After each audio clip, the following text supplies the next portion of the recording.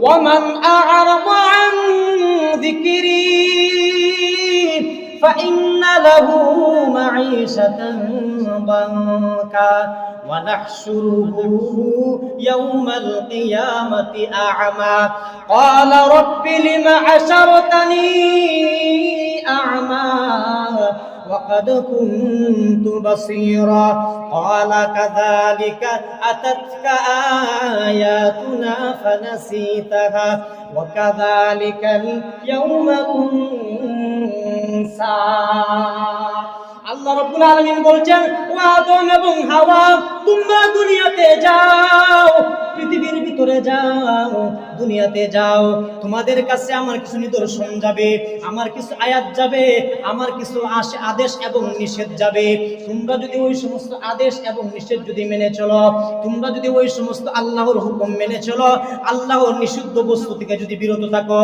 তাহলে তোমরা আবার তোমাদের ওই স্থান আবার তোমাদের আসল বাড়ি জান্নাতে আবার চলে আসবে তোমরা যদি আল্লাহর হুকুমগুলো মেনে ফেলো তোমরা যদি আল্লাহর নিষেধ থেকে বেঁচে থাকো তাহলে শোনো আল্লাহ রাব্বুল আলামিন ওই পৃথিবীতে তোমাদেরকে আবার মৃত্যু দিবেন আবার মৃত্যু দেওয়ার পরে তোমাদেরকে আল্লাহ রাব্বুল আলামিন আবার ওই দুনিয়ার ভিতরে তোমাদেরকে কি দিবেন কবরের মধ্যে রাখবেন মিনহা খালাকনাকুম ওয়া ফিহা নুঈদুকুম ওয়া মিনহা নুখরিজুকুম তারাতান উখরা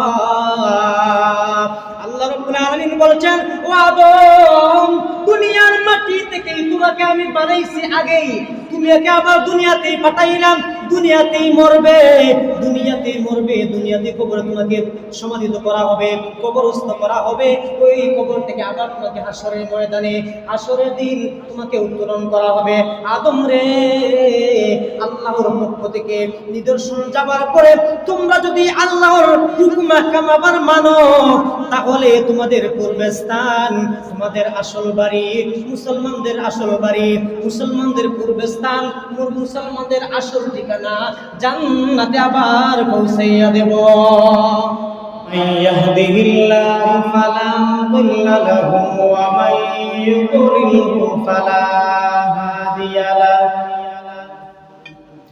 ونشهد أن لا إله إلا الله وحده لا شريك له ونشهد أن سيدنا وسندنا وحبيبنا وشفيعنا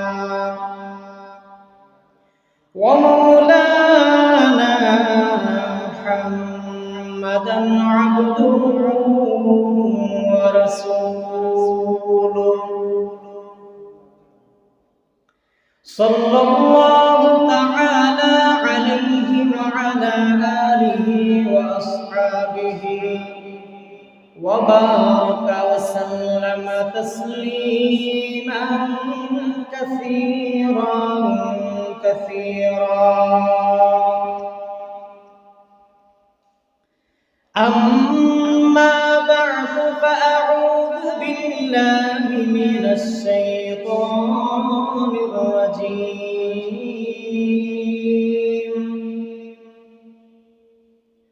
بسم الله الرحمن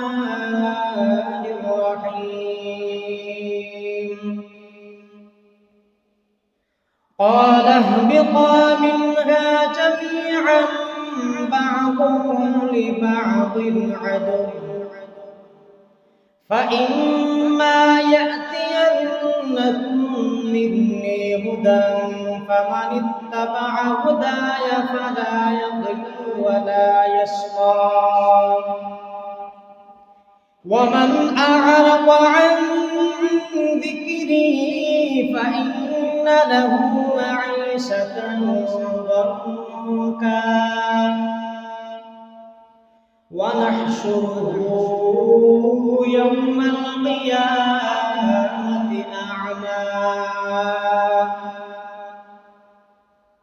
قال رب لم حشرتني أعمى وقد كنت بصيرا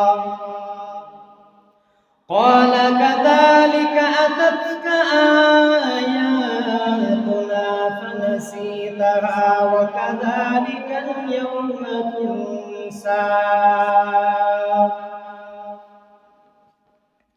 وقال النبي صلى الله عليه وسلم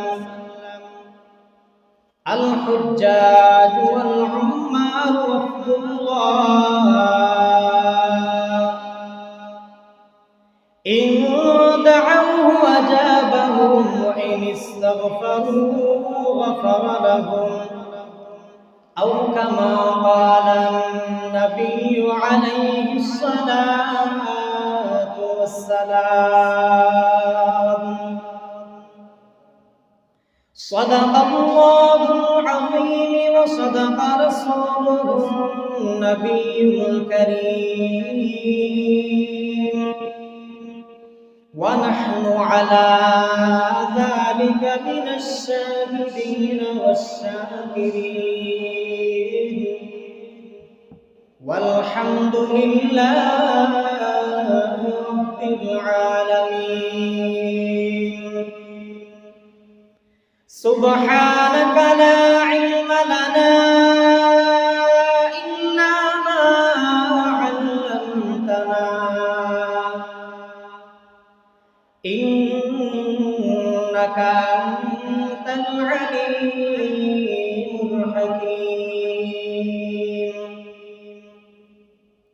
وقال الله تبارك وتعالى إن الله وملائكته يصلون على النبي يا أيها الذين آمنوا صلوا عليه وسلموا تسليما صلى الله على سيدنا ومولانا محمد وعلى آله وأصحابه وسلم صلى الله على سيدنا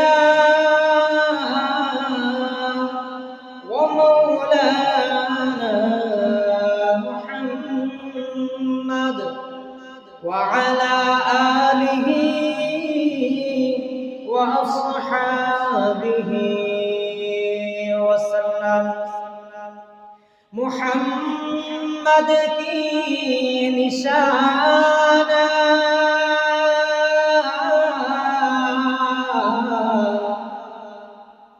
रखो दिल में हमेशा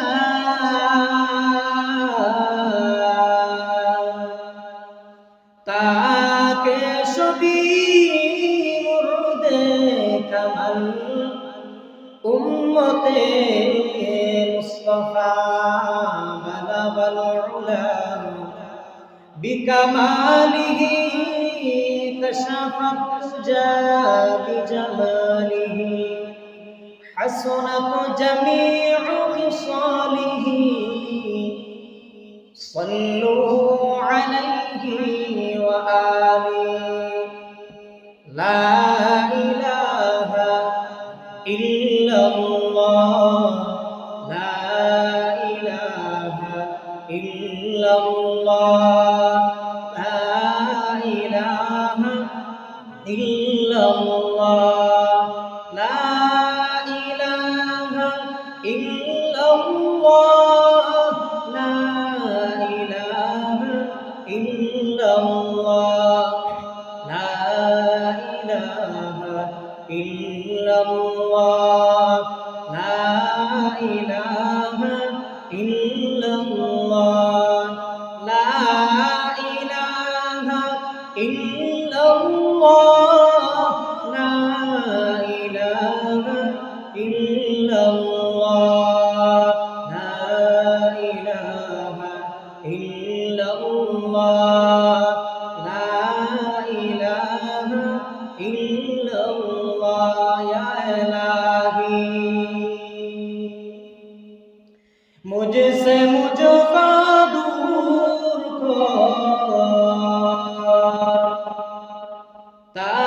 देखो मुझ में तुझको एक नजर जन्नतों दोज़ख से या रब मैं क्या करूं जन्नतों दोज़ख से या रब मैं क्या करूं आरज़ू है मैं तुझे देखा करूं हूर दिल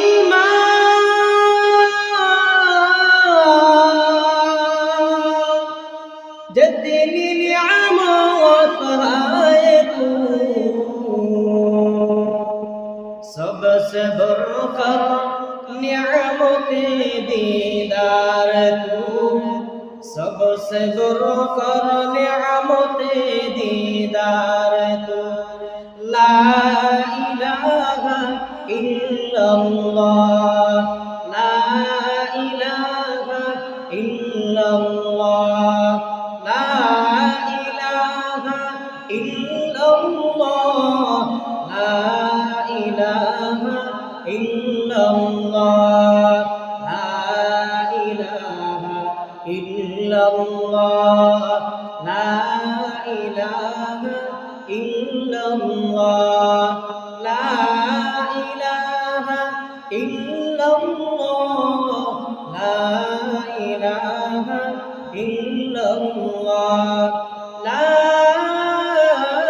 إله إلا الله محمد رسول الله صلى الله عليه وسلم معزز حاضرين হযরত মুসল্লিয়ানে کرام বাড়িঘরে অবস্থানরত আমার মুসলমান ভাই ও বোনেরা আলহামদুলিল্লাহ আল্লাহ পাক রব্বুল আলামিনের অসংখ্য অগণিত বেহিসাব শুকরিয়া আমরা আদায় করছি যে মহান যে দয়ালু যে মেহেরবান মালিক আল্লাহ আমাদেরকে অত্যন্ত মহব্বত করে ভালোবেসে আল্লাহ রব্বুল আলামিনের পবিত্র ঘর মসজিদে আসার বসার দিনই কথাবার্তা বলার সাপ্তাহিক ঈদের দিন জুমাবারে তৌফিক দান করেছেন এই জন্য আমরা সবাই অন্তরে অন্তঃস্থল থেকে শুকরিয়া আদায় করি আলহামদুলিল্লাহ আরো শুকরিয়া আদায় করতেছি ওই মহান রব্বুল আলামিনের কাছে যিনি আমাদেরকে অত্যন্ত মহব্বত করে ভালোবেসে দয়া করে মায়া করে মুসলমানের ঘরে জন্ম দিয়েছেন মুসলমান মা আব্বার ঘরে পাঠাইছেন এই জন্য আরেকবার খুশি খুশি শুকরিয়া আদায় করি আলহামদুলিল্লাহ লক্ষ কোটি দুরূদ এবং সালাম প্রিয় হাবিব কলিজার টুকরা নয়নের মনি দিল কি জিগার সৈয়দুল মুরসালিন রাহমাতাল লিল আলামিন ইমামুল আম্বিয়া ইমামুল মুরসালিন মুহাম্মদ আরবি সাল্লাল্লাহু আলাইহি ওয়াসাল্লামের প্রতি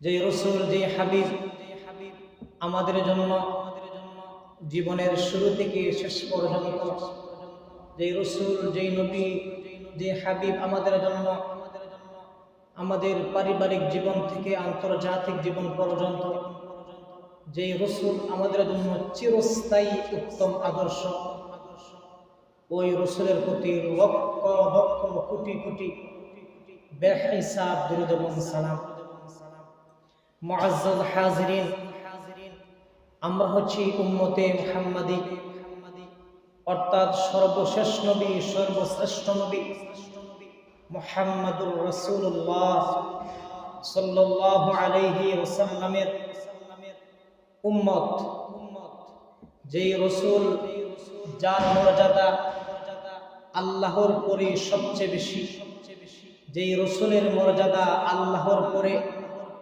সবচেয়ে বেশি যেই রাসূলের শ্রেষ্ঠত্ব আল্লাহর পরে সবচেয়ে বেশি যেই রাসূলের বৈশিষ্ট্য আল্লাহর পরে সবচেয়ে বেশি যেই রাসূলের গুণগান আল্লাহর পরে সবচেয়ে বেশি যেই রাসূলের প্রশংসা করা হয়েছে আল্লাহর পরে সবচেয়ে বেশি ওই রসুলের উম্মত হইলাম আমরা।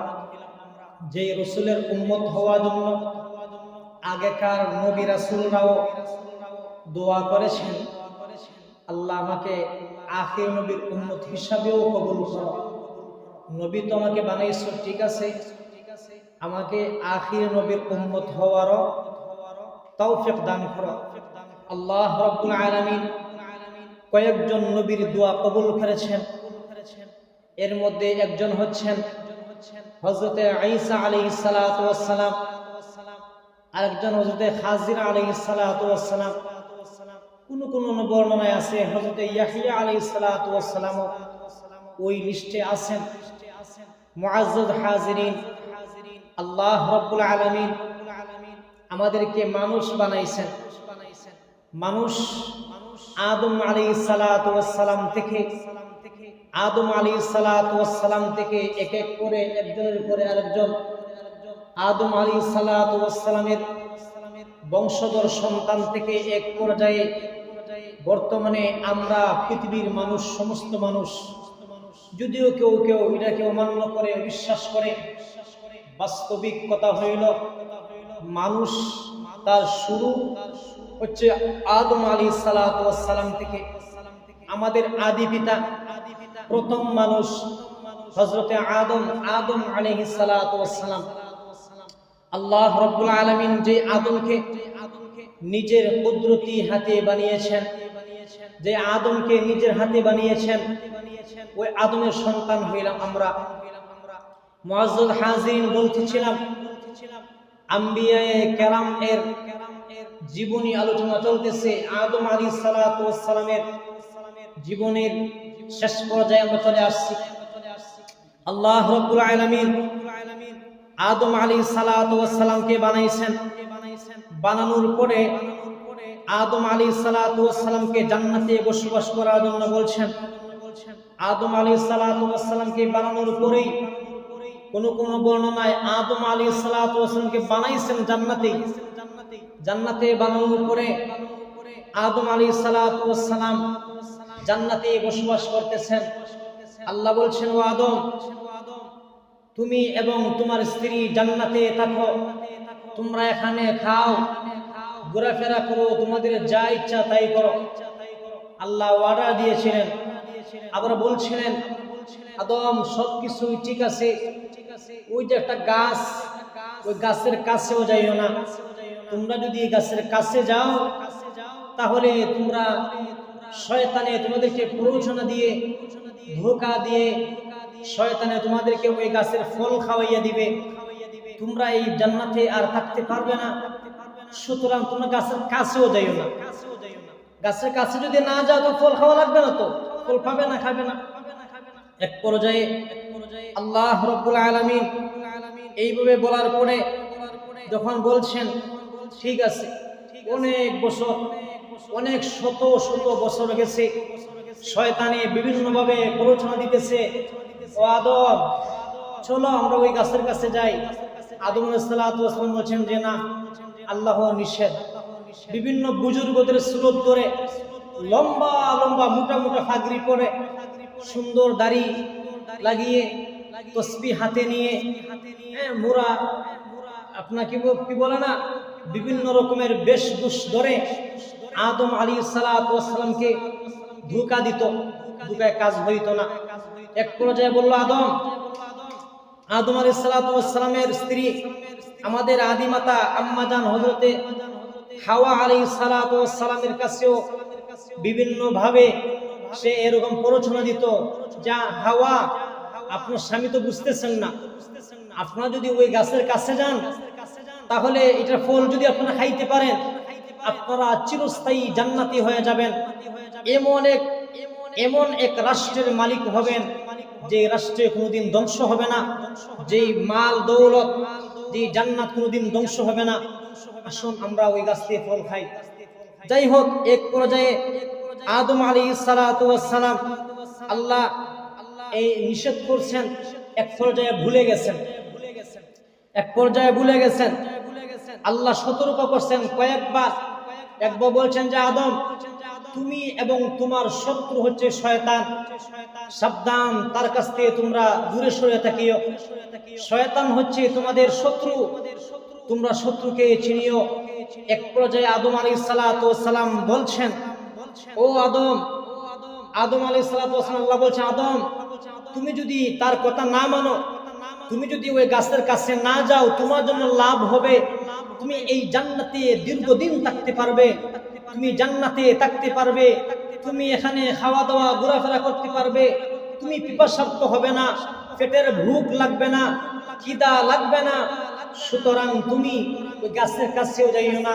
শয়তানের প্ররোচনা, শয়তানের ধোঁকা এবং হাওয়া আলাইহিস সালাতু ওয়াস সালাম, এই বিবি হাওয়া আলাইহিস সালাতু ওয়াস সালামের কথায় আদম আলাইহিস সালাতু ওয়াস সালাম এক পর্যায়ে ভুলেই গেছেন আল্লাহ যেন কি বলছিলেন, আল্লাহ যেন কি বলছিলেন। আদম আলাইহিস সালাতু ওয়াস সালাম বলছেন,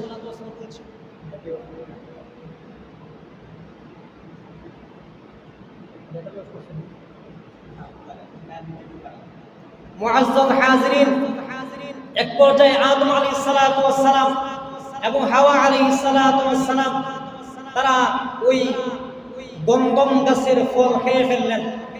গন্ধম গাছের ফল খাওয়ার পরে তাদের শরীর থেকে জান্নাতের পোশাক এক এক করে পুরা আরম্ভ হয়ে গেছে। তাদের শরীর থেকে জান্নাতের পোশাক আপনার জোরে জোরে পড়া শুরু হয়েছে। তাদের শরীরে পোশাকটা ছিল জান্নাতি পোশাক, পোশাকটা আর তাকে নাই, তাদের লজ্জাস্থান বের হয়ে গেছে। তারা জান্নাতের গাছের পাতা দিয়ে, জান্নাতের গাছের পাতা দিয়ে তাদের লজ্জাস্থান আবৃত করলেন, ঢেকে ফেললেন। আল্লাহ রাব্বুল আলামিন বলছেন, আদম আমি কি তোমাকে নিষেধ করি নাই? আমি কি তোমাকে বলি নাই যে তুমি ওই গাছের কাছেও যাইবা না? আমি কি তোমাকে আগে বলি নাই তুমি গাছের কাছেও যাইবা না? আদম আলাইহিস সালাতু ওয়াস সালাম কান্নাকাটি শুরু করছেন, যে আল্লাহ আমি তো ভুলে গেছি, আমার তো মনে নাই। শয়তানে আমাকে বিভিন্নভাবে প্ররোচনা দিয়ে, শয়তানে আমাকে বিভিন্নভাবে উৎসাহিত করে আপনার যে নির্দেশ ছিল, আদেশ ছিল, সেটা আমাকে ভুলাইয়া দিছে। আল্লাহ বলছেন, ঠিক আছে, যেহেতু খেয়ে ফেলছো, ভুল করে ফেলছো, এই জান্নাতে আর থাকতে পারবা না। আল্লাহ রাব্বুল আলামিন তো আদম আলাইহিস সালাতু ওয়াস সালামকে বানাইছেন দুনিয়ার জন্য। এটা একটা সিস্টেম। وَإِذْ قَالَ رَبُّكَ لِلْمَلَائِكَةِ إِنِّي جَاعِلٌ فِي الْأَرْضِ خَلِيفَةً فِي الْأَرْضِ, জমিনের জন্য আল্লাহ খলিফা বানাইছেন আদমকে। বইছেন কোথায়? জান্নাতে। এটা একটা সিস্টেম। আমরা শুধু বাচ্চারা যদি স্কুলে না যায়, মাদ্রাসায় না যায়, শিক্ষা প্রতিষ্ঠানে না যায়, আমরা বিভিন্নভাবে তাদেরকে বুঝাই, এক পর্যায়ে মানে না। কিন্তু আমরা জানি আমাদের বাচ্চার কোন জিনিসটা খুব প্রিয়, কোন জিনিসটা আমাদের বাচ্চার খুব প্রিয়, আমরা খুব ভালো করে বুঝি। যেমন ধরেন, আমি জানি আমার বাচ্চা আপনার এই ললিপপ খাইতে খুবই পছন্দ করে, বিস্কুট খাইতে খুবই পছন্দ করে, আর আমি তার চোখের সামনে বিস্কুটটা রাখলাম, আবার ললিপপটা রাখলাম, বললাম সাবধান, তুমি ওই ললিপপটা খাইতে পারবা না, বিস্কুট তুমি খাইতে পারবা না। যদি খাও স্কুলে যাওয়া লাগবে, যদি খাও মক্তবে যাওয়া লাগবে, যদি খাও মসজিদে যাওয়া লাগবে, মাদ্রাসায় যাওয়া লাগবে। ছোট বাচ্চা কে চিনে? সে তো আপনার মাদ্রাসা গেলে যাইমু, মক্তবে গেলে যাবো, কোনো সমস্যা নাই, স্কুলে গেলে যাবো, আগে খাইয়া খাই। ওই যেইভাবে ছোট বাচ্চাদেরকে আমরা বাহানা, বিভিন্ন বাহানায় তাদেরকে আমরা শিক্ষা প্রতিষ্ঠানে পাঠাই, ঠিক তেমনি ভাবে আল্লাহ রাব্বুল আলামিন আদম আলাইহিস সালাতু ওয়াস সালামের সামনে একটা গাছ ধরছেন। মানুষ নিষিদ্ধ বস্তুতে আকৃষ্ট বেশি। আপনাকে আমাকে যদি বলা হয় ওইদিকে বাঘ একটা বসে আছে, সাবধান, ওইদিকে যাইও না, এখন আমি যদি দক্ষিণ দিকে যাওয়ার ইচ্ছা থাকতো, তারপরে হইব না, আগে দিকে বাঘটা কিরকম।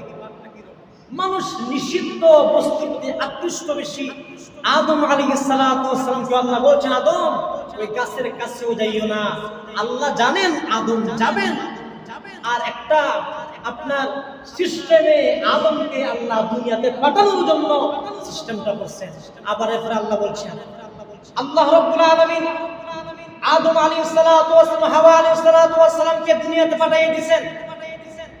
আদম আলাইহিস সালাতু ওয়াস সালামকে শ্রীলঙ্কার শরণদ্বীপ পাহাড়ে, শ্রীলঙ্কার শরণদ্বীপ পাহাড়ে আদম আলাইহিস সালাতু ওয়াস সালামকে পাঠাইছেন।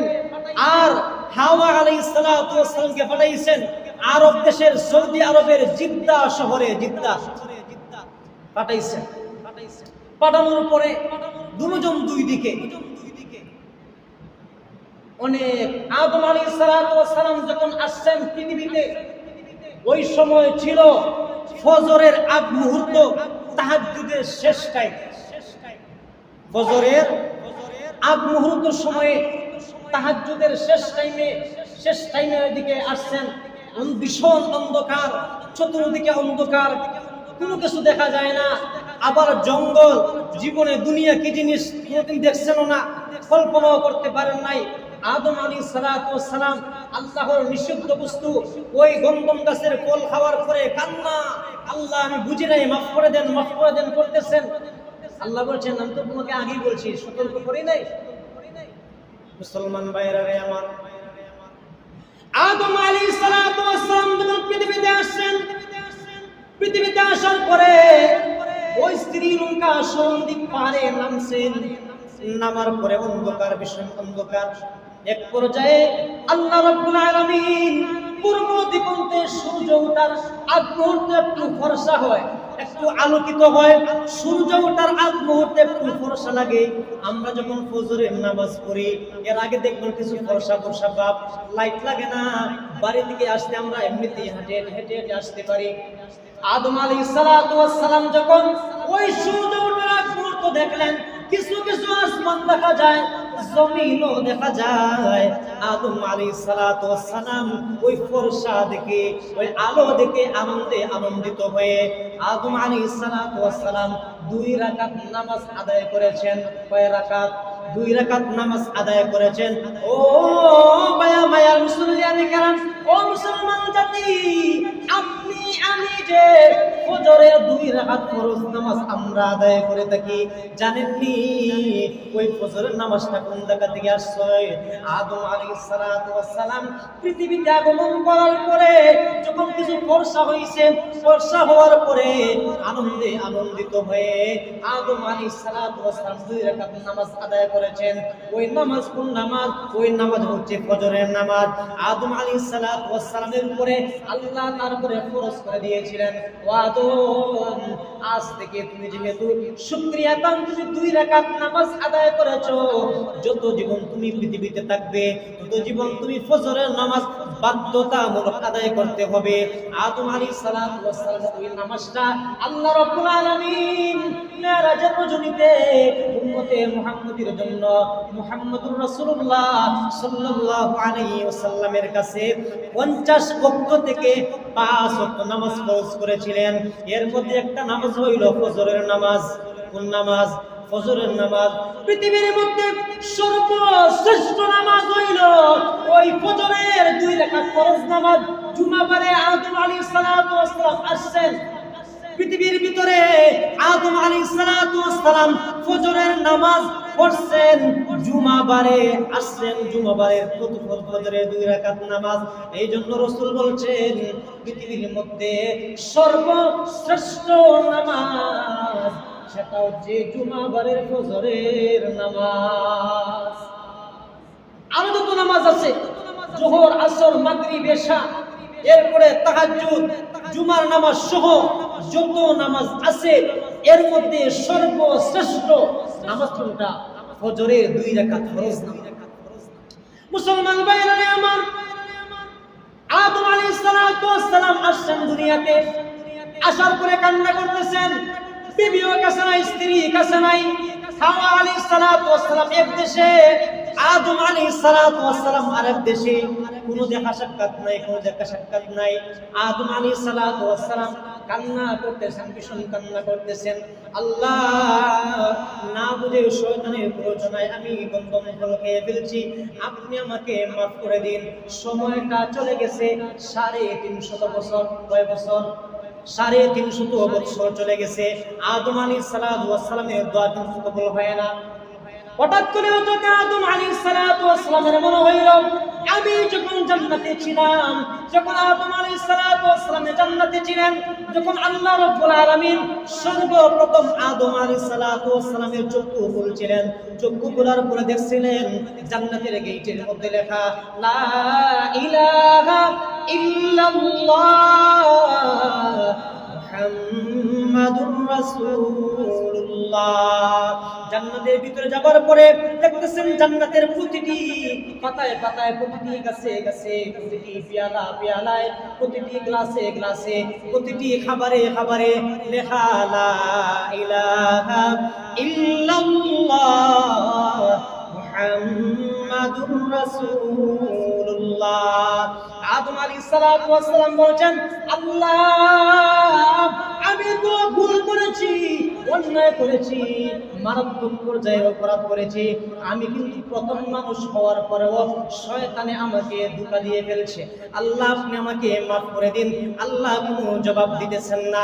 ওই সময় আল্লাহ রাব্বুল আলামিনকে হযরত আদম বলেন, ও আল্লাহ জানি না আপনার যে ওই জান্নাতের গেটের মধ্যে লেখা আপনার নামের সাথে একজনের নাম লা ইলাহা ইল্লাল্লাহ মুহাম্মাদুর রাসূলুল্লাহ, আমার বিয়ের মোহর ছিল লা ইলাহা ইল্লাল্লাহ মুহাম্মাদুর রাসূলুল্লাহর উপরে 10 বার দুরূদ শরীফ পাঠ করা। আল্লাহ জান্নাতের প্রতিটি ক্ষেত্রে ক্ষেত্রে, প্রতিটি জিনিসে জিনিসে, প্রতিটি ফলে ফলে, প্রতিটি ফুলে ফুলে, প্রতিটি আপনার গ্লাস পেয়ালায় লা ইলাহা ইল্লাল্লাহ মুহাম্মাদুর রাসূলুল্লাহ। রব্বুল আলামিন আপনি ওই মুহাম্মাদুর রাসূলুল্লাহ সাল্লাল্লাহু আলাইহি ওয়াসাল্লামের খাতিরে আপনি আমাকে মাফ করিয়া দিন। মুসলমান ভাইরা রে আমার, যখন আদম আলাইহিস সালাতু ওয়াস সালাম এই কথা বলছেন, আল্লাহ আপনি আমাকে মুহাম্মাদুর রাসূলুল্লাহ সাল্লাল্লাহু আলাইহি ওয়াসাল্লামের খাতিরে মাফ করিয়া দেন। আল্লাহ খুশি হয়ে গেছেন, আল্লাহ খুশি হয়ে গেছেন। আল্লাহ রাব্বুল আলামিন ওই সময় আদম আলাইহিস সালাতু ওয়াস সালামকে কিছু শব্দ শিখাইছেন। আল্লাহ বলেন, ফাতালাক্কা আদামু মির রাব্বিহি কালিমাতিন ফাতাবা আলাইহি ইন্নাহু হুয়াত তাওয়াবুর রাহিম। ও মুসল্লিয়ানে কারাম, মুফাসসিরিনে কারাম বলেন, ওই আয়াতের ব্যাখ্যা হইল হযরত আদম আলাইহিস সালাতু ওয়াস সালামকে আল্লাহ কিছু শব্দ শিখাইছেন। কোন শব্দ? আমরা কিন্তু ওই শব্দটা জানি, রব্বানা যালামনা আনফুসানা ওয়া ইল্লাম তাগফির লানা ওয়া তারহামনা লানাকুনান্না মিনাল খাসিরিন। আল্লাহ রাব্বুল আলামিনের কাছে দোয়া করতেছেন, আল্লাহ আপনি আমাকে মাফ করে দিন। এর আগে জান্নাত আল্লাহ রাব্বুল আলামিন হযরত আদম আলাইহিস সালাতু ওয়াস সালামকে জান্নাত থেকে দুনিয়াতে আসার আগে বলেছেন, ক্বালা হাবিতা মিনহা জামিআন বা'দুকুম লিবা'দিন আদু فإما يأتينكم مني هدى فمن اتبع هداي فلا يضل ولا يشقى ومن أعرض عن ذكري فإن له معيشة ضنكا ونحشره يوم القيامة أعمى قال رب لم حشرتني أعمى وقد كنت بصيرا قال كذلك أتتك آياتنا فنسيتها وكذلك اليوم تنسى। আল্লাহ রাব্বুল আলামিন বলছেন, ও আদম এবং হাওয়া তোমরা দুনিয়াতে যাও, পৃথিবীর ভিতরে যাও, দুনিয়াতে যাও, তোমাদের কাছে আমার কিছু নিদর্শন যাবে, আমার কিছু আয়াত যাবে, আমার কিছু আদেশ এবং নিষেধ যাবে। তোমরা যদি ওই সমস্ত আদেশ এবং নিষেধ যদি মেনে চলো, তোমরা যদি ওই সমস্ত আল্লাহর হুকুম মেনে চলো, আল্লাহর নিষিদ্ধ বস্তু থেকে যদি বিরত থাকো, তাহলে তোমরা আবার তোমাদের ওই স্থান, আবার তোমাদের আসল বাড়ি জান্নাতে আবার চলে আসবে। তোমরা যদি আল্লাহর হুকুমগুলো মেনে ফেলো, তোমরা যদি আল্লাহর নিষেধ থেকে বেঁচে থাকো, তাহলে শুনো আল্লাহ রাব্বুল আলামিন ওই পৃথিবীতে তোমাদেরকে আবার মৃত্যু দিবেন। আবার মৃত্যু দেওয়ার পরে তোমাদেরকে আল্লাহ রাব্বুল আলামিন আবার ওই দুনিয়ার ভিতরে তোমাদেরকে কি দিবেন? কবরের মধ্যে রাখবেন। মিনহা খালাকনাকুম ওয়া ফিহা নুঈদুকুম ওয়া মিনহা নুখরিজুকুম তারাতান উখরা। আল্লাহ রাব্বুল আলামিন বলেন, ও আদম, দুনিয়ার মাটি থেকে তোমাকে আমি বানাইছি আগেই, তোমাকে আবার দুনিয়াতেই পাঠাইলাম, দুনিয়াতেই মরবে, দুনিয়াতেই মরবে, দুনিয়াতে কবরে তোমাকে সমাধিত করা হবে, কবরস্থ করা হবে। ওই কবর থেকে আবার তোমাকে হাসরের ময়দানে, হাসরের দিন তোমাকে উত্তোলন করা হবে। আদম রে, আল্লাহর পক্ষ থেকে নিদর্শন যাবার পরে তোমরা যদি আল্লাহর হুকুম আহকাম আবার মানো, তাহলে তোমাদের পূর্বের স্থান, তোমাদের আসল বাড়ি, মুসলমানদের আসল বাড়ি, মুসলমানদের পূর্বের স্থান, মুসলমানদের আসল ঠিকানা জান্নাতে আবার পৌঁছাইয়া দেব। ومن أعرض عن ذكري فإن له معيشة ضنكا ونحشره يوم القيامة أعمى قال رب لم حشرتني أعمى وقد كنت بصيرا قال كذلك أتتك آياتنا فنسيتها وكذلك اليوم تنسى। আল্লাহ রাব্বুল আলামিন বলেন, ও আদম, তুমি পৃথিবীতে যাবার পরে তুমি এবং তোমার আওলাদরা, তোমার সন্তানরা যদি আল্লাহর হুকুমে তোয়াক্কা না করে, আল্লাহর হুকুম আহকাম যদি না মানে, আল্লাহর বিধিবিধান যদি না মানে, আল্লাহর আদেশ নিষেধ যদি না মানে, আল্লাহর নিদর্শন যদি ফলো না করে, আল্লাহর আয়াতকে যদি অস্বীকার করে, তাহলে শুনো, দুনিয়ার জিন্দেগি তাদের জন্য সংকীর্ণ করে দেব, দুনিয়ার জিন্দেগি তাদের জন্য লাঞ্ছনাময় করে দেব, দুনিয়ার জিন্দেগি তাদের জন্য অপমানের করে দেব। শুধু তাই না, শুধু তাই না, তাদেরকে দুনিয়ার জিন্দেগিতে অপমানের জিন্দেগি দেব, মৌতের সময় তাদেরকে কষ্ট দিয়ে মারব। শুধু তাই না, কবরের জিন্দেগি তাদেরকে এমন ভাবে সংকীর্ণ অবস্থায় রাখবো। মুফাসসিরিনে কেরাম বলেন, হাদিসের ব্যাখ্যায়, ওই কোরআনের আয়াতের ব্যাখ্যা হলো হাদিস, ওই হাদিসের ব্যাখ্যায় বলেন, মুফাসসিরিনে কেরাম বলেন, দঙ্কা মানে ওই কবরের ভিতরে দুই পারের মাটি এমন ভাবে চাপ দিবে, একজন বেঈমান কাফির ফাসিক ফুজ্জার যখন কবরে যাবে, যাবার পরে দুই দিকের মাটি এমন জোরে চাপ দিবে, এক পাথরের হাড় অন্য পাথরের ভিতরে এইভাবে ঢুকে যাবে। মুফাসসিরিনে কেরাম বলেন, শুধু তাই না, আল্লাহ রাব্বুল আলামিন দুনিয়ার জীবনেও তাদেরকে সংকীর্ণময় করে দিবেন, তাদের জন্য অপমান করে দিবেন, তাদের জন্য শান্তির বানাইয়া দিবেন।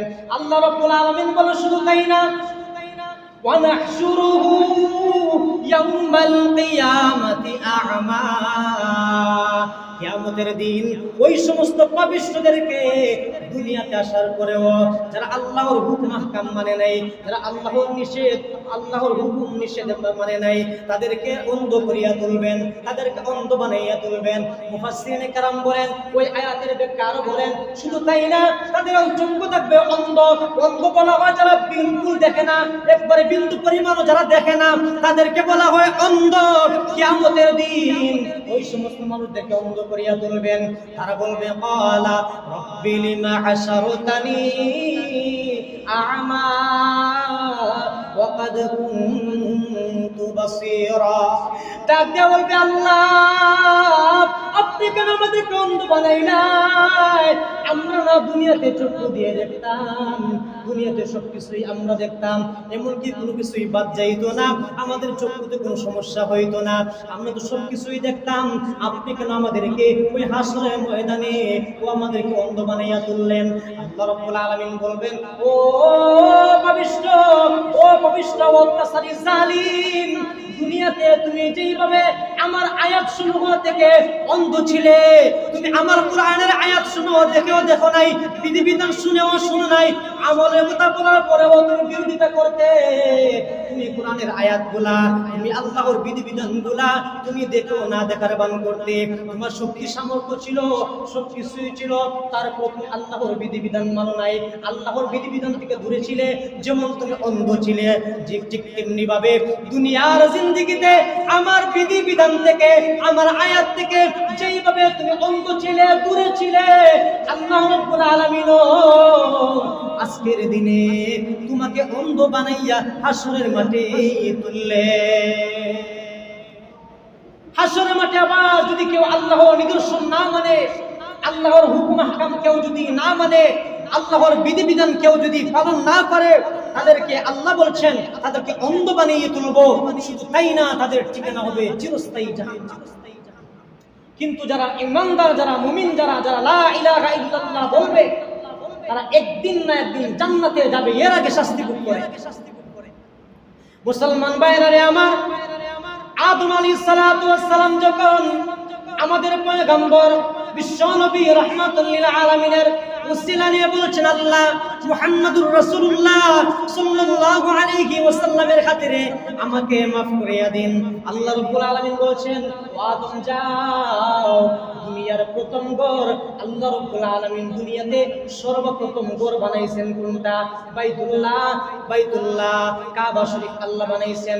আদম আলাইহিস সালাতু ওয়াস সালামকে আল্লাহ বলবেন, ও আদম যাও যাও, আমার ঘর গিয়ে ওয়াজ করো, তুমি হজ করতে যাও। আদম আলাইহিস সালাতু ওয়াস সালাম গেছেন ওই সৌদি আরবে, ওই কাবার কাছে গেছেন, সেখানে গিয়ে কান্নাকাটি করতেছেন, আল্লাহ আমাকে maaf করে দিন, আমাকে maaf করে দিন, আমি না অন্যায় করেছি, আমি না অন্যায় করেছি। আদম আলাইহিস সালাতু ওয়াস সালাম দোয়া করতেছেন, দোয়া কিন্তু একবার কবুল হয়ে গেছে।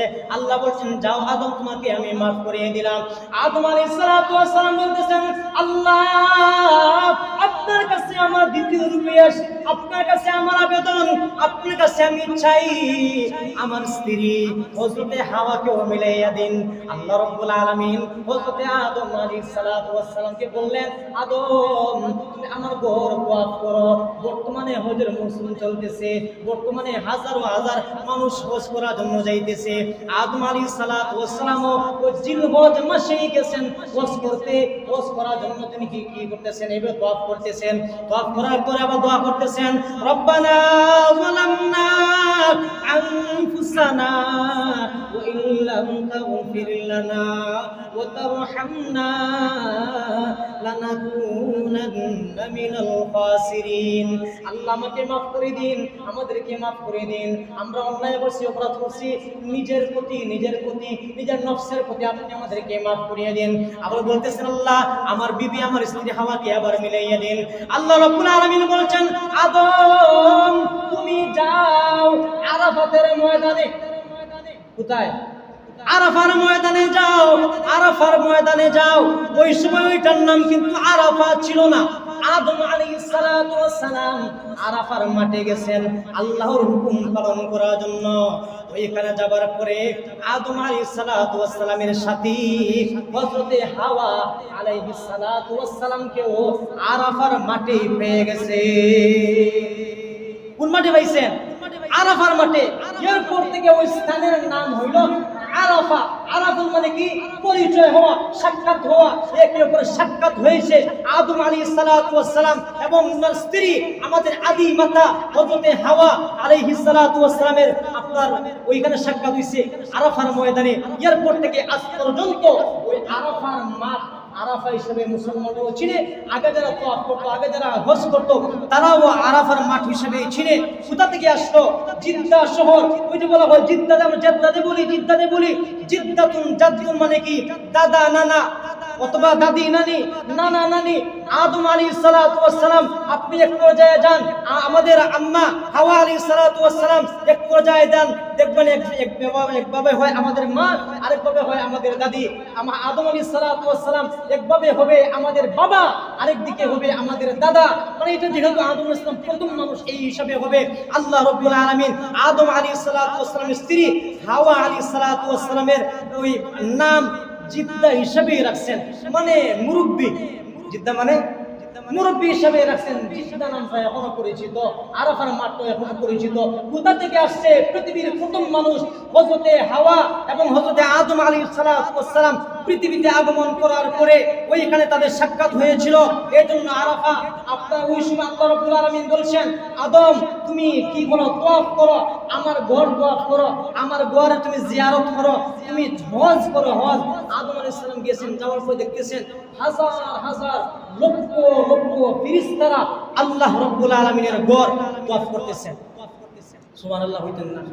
আদম আলাইহিস সালাতু ওয়াস সালামের বানানোর আগে প্রায় 2000 বছর আগে, প্রায় 2000 বছর আগে পৃথিবীর মধ্যে ফেরেশতাদের মাধ্যমে আল্লাহ রাব্বুল আলামিন ওই কাবাঘর বানাইছেন। মুসলমানদের কাবা কিবলা, কাবাঘর যে আমাদের যে কিবলা কাবাঘর, সেটা আদম আলাইহিস সালাতু ওয়াস সালামের 2000 জন্মের সৃষ্টির 2000 বছর পূর্বে আল্লাহ রাব্বুল আলামিন আদম আলাইহিস সালাতু ওয়াস সালামের সৃষ্টি 2000 পূর্বে ফেরেশতাদের মাধ্যমে বানিয়েছেন। আল্লাহ কোরআনে সেটাই বলছেন। কি সেটা?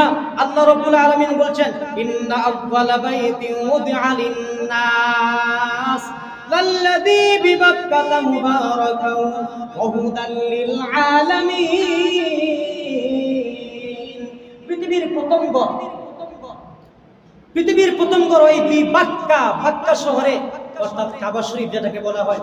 আল্লাহ বলছেন সেটা বানাইছি বিশ্ববাসীদের জন্য বরকতময় হিসাবে, শান্তি হিসাবে, হেদায়েতের পাতেই হিসাবে বানাইছি। তারপরে আল্লাহ উন্নত বলছেন, ওয়ালিয়াতাওয়াফু বিল বাইতিল আতীক, তোমরা প্রাচীনতম ঘর, পুরাতন ঘর, প্রথম ঘরের তওয়াফ করো। এরপর আল্লাহ রাব্বুল আলামিন বলছেন, ওয়ালিল্লাহি আলান নাসি হিজ্জুল বাইতি মান ইসতাতাআ ইলাইহি সাবিলা ওয়া মান কাফারা ফাইন্নাল্লাহা গানিয়্যুন আনিল আলামিন। যাদের যাতায়াতের সামর্থ্য আছে, যাদের হজ করার সামর্থ্য আছে, বিমান ভাড়া আছে, টিকিট ভাড়া আছে, পাসপোর্ট করার মতো সামর্থ্য আছে, বাড়ি করে বিবি বাচ্চাকে টাকা পয়সা দিয়ে যাবার মতন ব্যবস্থা আছে, অর্থাৎ যারা হজ করার মতো সামর্থ্য আছে তাদের উপরে আল্লাহ বলছেন আল্লাহর জন্য হজ করা ফরজ। আল্লাহর জন্য হজ করা ফরজ। কেউ যদি করে না, কেউ যদি অস্বীকার করে, তার টাকা পয়সা অভাব নাই, কোটি কোটি টাকার মালিক, তারপরও সে হজ করে না, আল্লাহ বলছেন এরকম অস্বীকারী, এরকম যারা আমার আয়াতসমূহকে অস্বীকার করে, তাদের বিষয়ে আমি কি নাই, আল্লাহ মুখাপেক্ষী। রাসূল বলছেন সামর্থ্য থাকার পরেও কেউ যদি হজ করে না, সামর্থ্য থাকার পরেও কেউ যদি হজ করে না, সে ইহুদি হয়ে মরক, নাসারা হয়ে মরক, খ্রিস্টান হয়ে মরক, অর্থাৎ বিধর্মী হয়ে মরক, কোনো সমস্যা নাই। রাসূল বলছেন আমারও কোনো কিছু আসে যায় না, আল্লাহ রাব্বুল আলামিনেরও কোনো কিছু আসে যায় না। সামর্থ্য আছে, টাকা পয়সা আছে, হজ একটা ফরজ বিধান। ইসলামের স্তম্ভ ৫টার মধ্যে একটা হলো হজ করা। হজ যদি কেউ করে না, সামর্থ্য থাকার পরেও, রাসূল বলেন সে ইহুদি হয়ে মরক, নাসারা হয়ে মরক, অর্থাৎ খ্রিস্টান হয়ে মরক, তথা আপনার বিধর্মী হয়ে মরক, রাসূল বলেন আমার কোনো কিছু আসে যায় না। আল্লাহ রাব্বুল আলামিন আমাদের সবাইকে, যাদের সামর্থ্য আছে, আমাদেরকে হজ করার তৌফিক আনায়াত করুন, এবং যাদের সামর্থ্য নাই আমাদের সমস্ত মুসলমানদেরকে আল্লাহ রাব্বুল আলামিনের ঘর বাইতুল্লাহ এবং রাসূলের ঘর মদিনাতুল মুনাওয়ারা জিয়ারত করার তৌফিক দান করুন। আমিন। ওয়া আখিরু দাওয়ানা আনিল হামদুলিল্লাহি রাব্বিল আলামিন। সাল্লাল্লাহু আলা সাইয়্যিদিনা মাওলানা মুহাম্মদ ওয়া আলা আলিহি ওয়া আসহাবিহি ওয়া সাল্লাম। সাল্লাল্লাহু আলা সাইয়্যিদিনা ওয়া মাওলানা মুহাম্মদ ওয়া আলা আলিহি ওয়া আসহাবিহি ওয়া সাল্লাম। আস্তাগফিরুল্লাহ ইন্নাল্লাহা গফুরুর রহিম। আস্তাগফিরুল্লাহ إن الله غفور رحيم أستغفر الله الذي لا إله إلا هو الحي القيوم وأتوب إليه ولا حول ولا قوة إلا بالله العلي العظيم سبحان الله وبحمده سبحان الله العظيم لا إله إلا الله محمد رسول الله الحمد لله رب العالمين والعاقبة للمتقين والصلاة والسلام على سيد المرسلين وعلى آله وأصحابه وأهل بيته أجمعين ربنا ظلمنا أنفسنا وإن لم تغفر لنا وترحمنا لنكونن من الخاسرين ربنا فاغفر لنا ذنوبنا وكفر عنا سيئاتنا وتوفنا مع الأبرار ربنا لا تزغ قلوبنا بعد إذ هديتنا وهب لنا من لدنك رحمة إنك أنت الوهاب اللهم اغفر لنا ولوالدينا رب ارحمهما كما ربياني صغيرا رب ارحمهما كما ربياني صغيرا يا حي يا قيوم يا ذا الجلال والإكرام يا أرحم الراحمين يا أرحم الراحمين يا أرحم الراحمين رب العالمين يا أرحم الراحمين يا أكرم الأكرمين আল্লাহ পবিত্র মাসে পবিত্র জুমাবার আল্লাহ তোমার মায়ের বান্দাদেরকে সাথে নিয়া আল্লাহ তোমার পবিত্র ঘরের মধ্যে বসিয়া আল্লাহ তোমার মায়ের বান্দা বান্দীদেরকে সাথে তোমার শাহী দরবারে হাত তুললাম রব্বুল আলামিন আমাদের জিন্দেগীর সমস্ত গুনাহকে মাফ করিয়া দাও আয় আল্লাহ শয়তান এবং নফসের দুকায় পড়ে আল্লাহ আমাদের জীবনে বরবাদ করে ফেলছি মালিক আল্লাহ তওবা করলাম জীবনে গুনাহ করতাম না আল্লাহ মেহেরবানি করে আমাদের তওবা তুমি কবুল মঞ্জুর ফরমাও মেহেরবান দয়ালু মালিক আল্লাহ